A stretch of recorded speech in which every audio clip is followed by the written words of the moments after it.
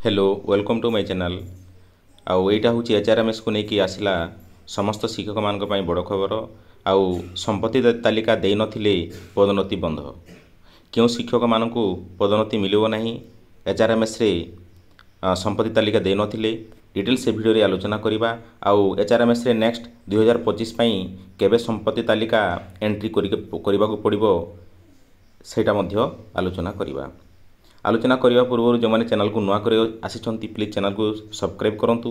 आउ पाखरे थिबार bell icon को दबाई दिंतु जहाँफल कि एमती नुआ नुआ वीडियो देखा पाइबे। आउ एजुकेशन जिते भी अप टू डेट आपण मैंने चैनल माध्यम पाइपर। ओके चलतु आलोचना करवा।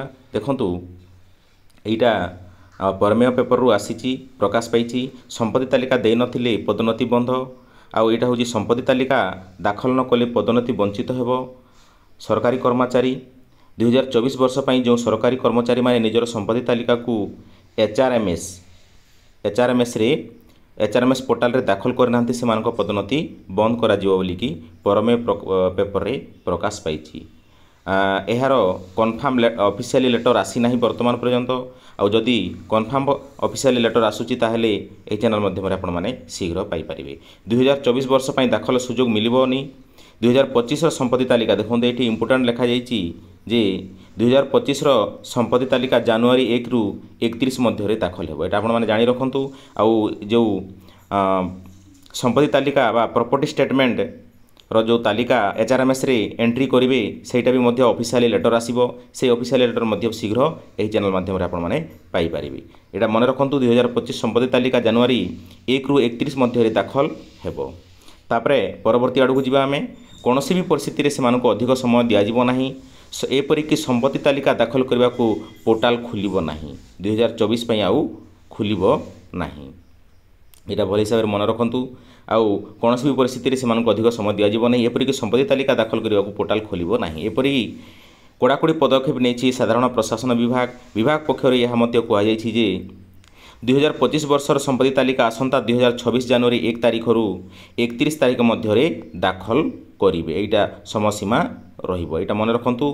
आउ 2025 जो प्रॉपर्टी स्टेटमेंट बा संपत्ति तालिका आसंता 2026 जनवरी 1 तारिख रु 31 तारिख मध्य दाखल करने को कहुई। यहाँ भी मध्य कन्फर्म ऑफिशियल लेटर आसी ना।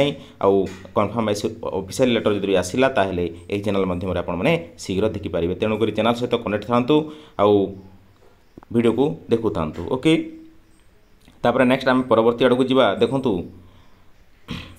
यही समयसीमा भितर संपत्ति तालिका दाखल करने को कड़ा निर्देश होईछि। विभाग पक्षर निर्देशनामा कहुई जे 2024 वर्ष पई सरकारी कर्मचारी को सेमानक संपत्ति तालिका दाखल करने को अधिक समय दि जाइथिला। एही समय सीमा मध्य अनेक निजर संपत्ति तालिका को दाखल करना अनेक यही तालिका दाखल करने नहीं एचआरएमएस पोर्टाल खोलिबा को अनुरोध करथिले। हेले सरकार यार उच्चस्तरीय तर्जमा करिसंती। प्रशासनिक निष्पत्ति अनुଯାयी संपत्ति तालिका दाखल करने नहीं कौन परिस्थिति आउ सुजोग दिज्व ना। से जो मैंने निजर तालिका दाखल करना विभागीय पदोन्नति कमिटी द्वारा पदोन्नति पाई सुजोग मिलिबो नाही। एटा परमेय प्रकाश न्यूज पेपर रे प्रकाश पाई।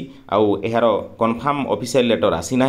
कन्फर्म ऑफिशियल लेटर आसिले आमे कन्फर्म हेई परिबा। ओके आउ देखंतु प्रॉपर्टी स्टेटमेंट एचआरएमएस रे केमिति एंट्री करा जाए सेटा मु तार ऑफिशियल लेटर आसिले आउ गोटे वीडियो बनैबी आपण मानक पई। तेणुक चैनल सहित कनेक्ट थांतु। ओके आज वीडियो एतिकी नेक्स्ट वीडियो देखा। जय जगन्नाथ बाय थैंक यू।